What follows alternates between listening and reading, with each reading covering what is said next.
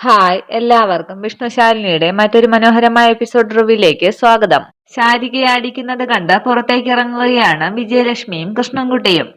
അത് കണ്ട് അവിടേക്ക് വന്ന രാജീവ് ചോദിക്കുകയാണ്, എന്താ എന്താ അവിടെ ആറ് എന്നും പറഞ്ഞ് അവിടേക്ക് പോകാൻ തുടങ്ങുമ്പോൾ വിജയലക്ഷ്മി രാജീവിനെ പിടിച്ചിട്ട് പറയുകയാണ്, വേണ്ട മോനെ, നമുക്ക് ഈ ബന്ധം ചേരുന്നതല്ല. അമ്മ കാര്യം എന്താണെന്ന് വെച്ചാൽ പറയ്. ബോബൻ ജോൺ എന്ന ഒരു വഷളനുമായി കുട്ടിക്ക് ബന്ധമുണ്ടെന്ന് അമ്മാവൻ നേരിട്ട് കണ്ടതാണ് അവളെ അവിടെ വെച്ച്. ഇത് വേണ്ട മോനെ, അവരായി അവരുടെ പാടായി, നമുക്ക് പോകാം. കൈന്ന് വിടമ്മേ വിടമ്മേ പ്ലീസ് എന്ന് പറഞ്ഞ് ശാരദാമ്മയുടെ വീട്ടിലേക്ക് പോവുകയാണ് രാജീവ്.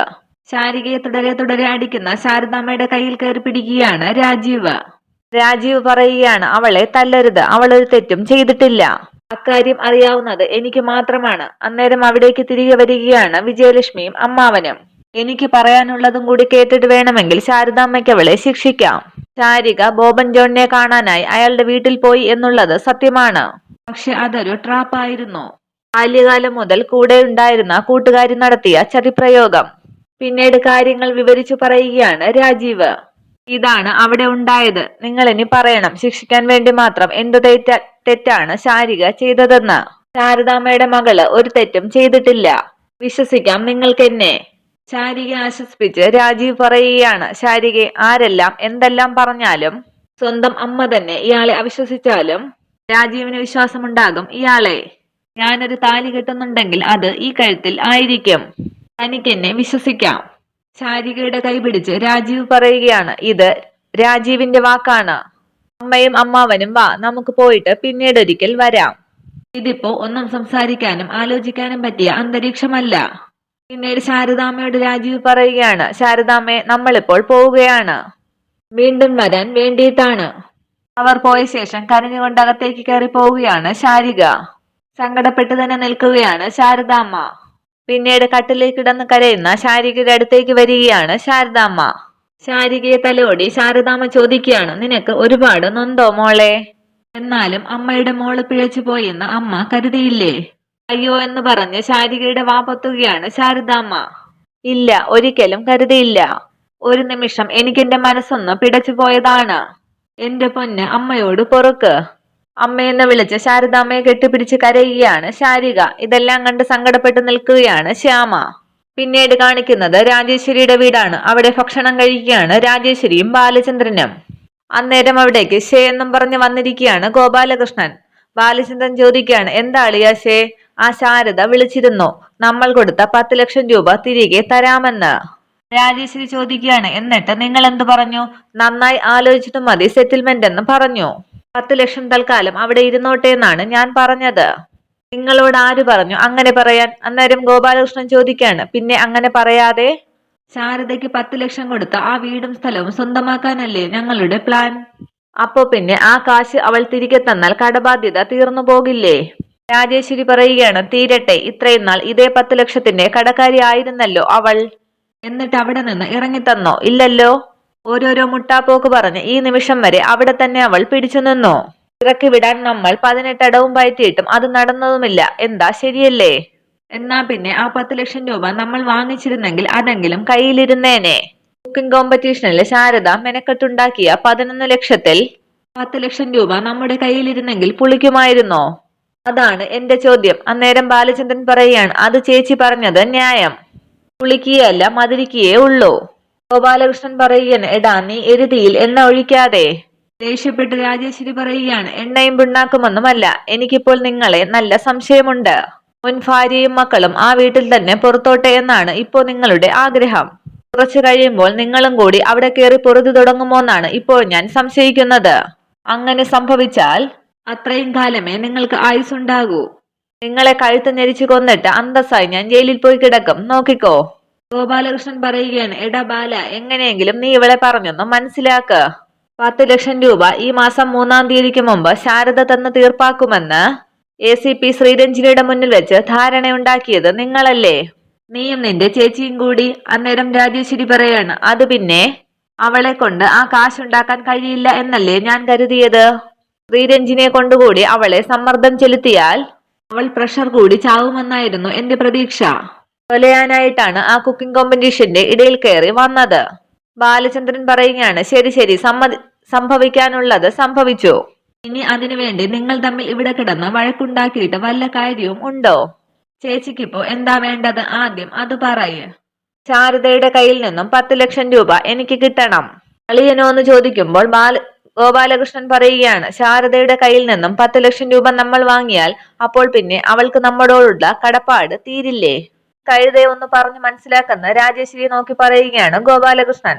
ബാലചന്ദ്രൻ പറയുകയാണ്, മനസ്സിലായി. അങ്ങനെയാണെങ്കിൽ ശാരദയുടെ കയ്യിലുള്ള 10 ലക്ഷം രൂപ ചേച്ചിയുടെ കയ്യിലെത്തുമെന്നങ്ങ് ഉറപ്പിച്ചോ? എന്നാൽ ശാരദയ്ക്ക് നമ്മളോടുള്ള 10 ലക്ഷത്തിന്റെ കടം തീരുകയും ഇല്ല. എന്തു പറയുന്നു എന്ന് ബാലചന്ദ്രൻ ചോദിക്കുമ്പോൾ ഗോപാലകൃഷ്ണൻ ചോദിക്കുകയാണ്, എടാ അതെങ്ങനെ നടക്കുമെടാ? ആ ACP ആണ് മധ്യസ്ഥയായി നിൽക്കുന്നത്. നീ ജയിലിൽ കിടന്ന് അഴി എണ്ണുമെന്നുള്ള കാര്യം ഉറപ്പാണ്. അതൊക്കെ നടക്കുമളിയ. ഇതേ ഒരു ACPക്കും പിടികൊടുക്കാത്ത വഴിയാണ്. ഇത്തിരി വളഞ്ഞ വഴി കാണിച്ചു തരാം. അത്രയും പറഞ്ഞ് പുറത്തേക്ക് പോവുകയാണ് ബാലചന്ദ്രൻ. പിന്നീട് വിഷമിച്ചിരിക്കുന്ന ശാരികയുടെ അടുത്തേക്ക് വന്ന് ശാരദാമ്മ പറയുകയാണ്, മതി മതി വിഷമിച്ചിരുന്നത്, ഇനി ഇത് കുടിച്ചിട്ട് മുഖം കഴുക. ശാലിനി വരുമ്പോൾ ഒന്നും സംഭവിക്കാത്തത് പോലെ വേണം പെരുമാറാൻ. അവള് ഇവിടെ നടന്ന കാര്യങ്ങളൊന്നും അറിയാൻ പാടില്ല. അന്നേരം ശ്യാമ ചോദിക്കുകയാണ്, അതെന്താ അമ്മേ, കുഞ്ഞേച്ചി അറിഞ്ഞാൽ? അവൾ ഇതൊക്കെ അറിഞ്ഞാൽ വണ്ടിയെടുത്ത് നേരെ അവൾ ബോബന്റെ വീട്ടിലേക്ക് വിടും. അവിടെ ചെന്ന് അയാളുടെ കുടുംബക്കാരെ വരെ കൈവയ്ക്കും. പിന്നെ നാട്ടുകാർ മുഴുവൻ അറിഞ്ഞ് ചിലപ്പോൾ പോലീസ് കേസ് വരെ ആയെന്നിരിക്കും. തൽക്കാലം അങ്ങനത്തെ തലവേദനയൊന്നും വേണ്ട. രാജീവ് സാറും അമ്മയും അമ്മാവനും വന്നിരുന്നു. പെണ്ണിനെയും വീടുമൊക്കെ കണ്ട് തിരിച്ചുപോയി. അത്രേ സംഭവിച്ചുള്ളൂ. മനസ്സിലായോ? ശരിയെന്ന് തലകുലുക്കുകയാണ് ശാരികയും ശ്യാമയും. അതേസമയം കുറുപ്പ് സാറും കുറച്ചാൾക്കാരും വന്ന് പുറത്തുനിന്ന് വിളിക്കുകയാണ്, ശാരദാമ്മേ, ഇവിടെ ആരും ഇല്ലേ? ശാരദാമ്മ പറയുകയാണ്, കുറുപ്പ് സാറിന്റെ ശബ്ദമാണല്ലോ, നിങ്ങൾ രണ്ടുപേരും എഴുന്നേറ്റ് ഫ്രഷ് ആകുക, അവിടെ കടയിൽ ആരും ഇല്ല. കുറുപ്പ് സാറിനോട് ഒരാൾ ചോദിക്കുകയാണ്, ശാരദാമ്മ അറിഞ്ഞിട്ടുണ്ടാവുമോ കാര്യങ്ങൾ? അവരെങ്ങനെ അറിയാനാണ്? ഹോട്ടലും വീടും മാത്രമായി കഴിയുന്നവർക്ക് ഇതൊക്കെ അന്വേഷിക്കാൻ സമയമുണ്ടോ? ഇവിടെ ആരും അറിഞ്ഞിട്ടില്ല. നമ്മൾ വന്ന് പറയുന്നു, അത്ര തന്നെ. പുറത്തേക്ക് വന്ന ശാരദാമ്മ പറയുകയാണ്, കുറുപ്പ് സാറെ, ഇങ്ങോട്ട് കയറി ഇരിക്കാമല്ലോ. എല്ലാവരും ഉണ്ടല്ലോ, എന്താ വിശേഷിച്ച്? ഒത്തിരി ഗൗരവത്തോടു കൂടി കുറുപ്പ് സാർ പറയുകയാണ്, വിശേഷമൊക്കെ ഉണ്ട്. ശാലിനി ഉണ്ടോ അവിടെ? വിളിക്കവളെ. അയ്യോ, അവൾ പുറത്തു പോയല്ലോ, ഒരു പാഴ്സൽ കൊടുക്കാൻ വേണ്ടി പോയതാണ്. ഇപ്പോഴിങ്ങ് തിരിച്ചെത്തും. അന്നേരം കുറുപ്പ് സാർ പറയുകയാണ്, എങ്കിൽ അവൾ തിരികെ വരട്ടെ, അതുവരെ കാത്തു നിൽക്കാം അല്ലേ? അതെ അതെ, ഏതായാലും അവളെ കാണാൻ വന്നതല്ലേ, ഇനി കണ്ടിട്ട് കാര്യം പറഞ്ഞിട്ട് പോയാൽ മതി. ഒന്നും മനസ്സിലാകാതെ ശാരദാമ്മ ചോദിക്കുകയാണ്, എന്താ കുറുപ്പ് സാറ്, എനിക്കൊന്നും മനസ്സിലാകുന്നില്ലല്ലോ. അവൾ എന്തെങ്കിലും കുഴപ്പം കാണിച്ചോ? കുറുപ്പ് പറയുകയാണ്, കുഴപ്പമെന്നോ? ഈ നാട്ടിൽ ഇതുവരെ ഇതുപോലൊരു പ്രവൃത്തി ആരും ചെയ്തിട്ടില്ല. അവള് വരട്ടെ, പറയാം ഞങ്ങൾ. അതേസമയം വിഷ്ണുവിന്റെ ജീപ്പിൽ വരികയാണ് ശാലിനി. വണ്ടി നിർത്തിയ ശേഷം ശാലിനി പറയുകയാണ്, സോറി കേട്ടോ, വണ്ടി ഇടയ്ക്കിടയ്ക്ക് പണി തരുന്നത് കൊണ്ടാണ്. അപ്പോ പാഴ്സൽ ഡെലിവറിക്ക് ഓട്ടോ തന്നെ ശരണം. ഇത്തവണ അതും കിട്ടിയില്ല, അതുകൊണ്ടാ ഇയാളെ എന്ന് പറയുമ്പോൾ വിഷ്ണു പറയുകയാണ്, അതൊന്നും സാരമില്ല. അത്യാവശ്യമുള്ളപ്പോൾ എന്നെ എപ്പോൾ വേണമെങ്കിലും വിളിച്ചാൽ മതി, ഞാൻ വന്നോളാം. അത് ഇയാൾക്കൊരു ബുദ്ധിമുട്ടാകില്ലേ? അല്ലെങ്കിൽ ഈ സവാരിക്കൊക്കെ കുറച്ച് കാശ് മേടിക്കണം. അത് പറ്റുമെന്ന് ചോദിക്കുമ്പോൾ ചിരിച്ചുകൊണ്ട് വിഷ്ണു പറയുകയാണ്, പിന്നെന്താ, എനിക്കിത് തന്നെയല്ലേ ജോലി, ഓട്ടോ കൂലി തന്നാൽ മതി, ഞാൻ വാങ്ങിച്ചോളാം.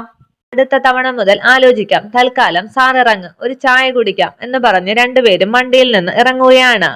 ശാലിനിയുടെ അടുത്തേക്ക് ഓടി വന്ന് ശാരദാമ്മ പറയുകയാണ്, ദേ അത് നോക്ക്. അന്നേരം കുറുപ്പ് സാറിനെയും ആളുകളെയും കണ്ട് ശാലിനി ചോദിക്കുകയാണ്, എന്താ അമ്മേ, കുറുപ്പ് സാർ എന്താ ഇവിടെ വന്ന് നിൽക്കുന്നത്? അത് നിന്നെ കാണണമെന്ന് പറഞ്ഞു വന്നതാണ്. എന്താ കാര്യമെന്ന് ചോദിച്ചപ്പോൾ നീ വന്നിട്ട് പറയാമെന്നാണ് പറഞ്ഞത്. ശ്യാമയും ശാരിയൊക്കെ അങ്ങോട്ട് വിളിച്ച് അവിടെ എന്തൊക്കെയോ ചർച്ചകളൊക്കെ നടക്കുകയായിരുന്നു. എല്ലാവരെയും കണ്ട് വിഷ്ണു മനസ്സിൽ കരുതുകയാണ്, എന്റെ ദൈവമേ, ഇനി ഞാൻ സത്യഭാമയുടെ മകനാണെന്നെങ്ങാനും പറയാനാകുമോ? എങ്കിൽ എല്ലാം തീർന്നു. ശാലിനിയുടെ അടുത്തേക്ക് വരികയാണ് അവരെല്ലാവരും. എന്നിട്ട് കുറുപ്പ് സാർ ശാലിനിയെയും വിഷ്ണുവിനെയും ഒന്ന് നോക്കുകയാണ്. അതേസമയം കുറുപ്പ് സാർ ഹോട്ടലിലേക്ക് നോക്കി, മക്കളെ അതിങ്ങ് കൊണ്ടുവാന്ന് പറയുകയാണ്. അന്നേരം ഒരു കൊച്ചുകുട്ടി ഒരു മാലയും പൂക്കളുമായി വരികയാണ്. കൂടെ ശാരികയും ശ്യാമയുമുണ്ട്. കുറുപ്പ് സാർ ശാലിനിയോട് ചോദിക്കുകയാണ്, നീ IASന്റെ പ്രിലിമിനറി എക്സാമിന് പോയിരുന്നില്ലേ? പോയിരുന്നു എന്ന് ശാലിനി പറയുമ്പോൾ സന്തോഷത്തോടു കൂടി കുറുപ്പ് സാർ പറയുകയാണ്, അതിൽ നീ ജയിച്ചു. അത് കേട്ട് വളരെ സന്തോഷിക്കുകയാണ് ശാരദാമ്മയും ശാലിനിയും എല്ലാവരും. കൺഗ്രാറ്റുലേഷൻസ് എന്നും പറഞ്ഞ് കുറുപ്പ് സാർ പൂവ് ശാലിനിക്ക് കൊടുക്കുകയാണ്. അതിനുശേഷം ആ കുട്ടിയെ കൊണ്ട് മാലയിടിക്കുകയാണ് ശാലിനിക്ക് ശ്യാമയും ശാരികയും. സന്തോഷം കൊണ്ട് ശാരദാമ്മയെ കെട്ടിപ്പിടിക്കുകയാണ് ശാലിനി. ശാരദാമ്മ ചോദിക്കുകയാണ്, അപ്പോ എന്റെ മോള് കളക്ടർ ആയോ? കുറുപ്പ് സാർ പറയുകയാണ്, അതിനിനിയും കടമ്പകൾ ഏറെയുണ്ട് ശാരദാമ്മേ. മെയിൻ പരീക്ഷ വേറെയുണ്ട്, പിന്നെ ഇന്റർവ്യൂവും. പക്ഷേ ഈ പ്രിലിമിനറി പാസ്സാവുക എന്ന് പറയുന്നത് ചെറിയൊരു കാര്യമല്ല. മെയിൻ പരീക്ഷയ്ക്കുള്ള യോഗ്യതയാണ് അത്. ശാലിനിയെ പോലൊരു കുട്ടി ബുദ്ധിയും കഴിവും വെച്ച് ശ്രമിച്ചാൽ IAS കിട്ടാവുന്നതേ ഉള്ളൂ. ഇനിയുള്ള ആയിരക്കണക്കിന് സ്വീകരണങ്ങൾക്കും അംഗീകാരങ്ങൾക്കും തുടക്കമായി ഇതിനെ കൂട്ടിയാൽ മതി. അടുത്ത ദിവസം നമ്മുടെ കരയോഗത്തിൽ റെസിഡൻസ് അസോസിയേഷൻ വക സ്വീകരണമുണ്ട്. ശാരദാമ്മ പരിഭവിച്ചു പറയുകയാണ്, എന്നാലും കുറുപ്പ് സാറ് കുറെ നേരത്തേക്ക് തീ തിരിച്ചു കളഞ്ഞല്ലോ.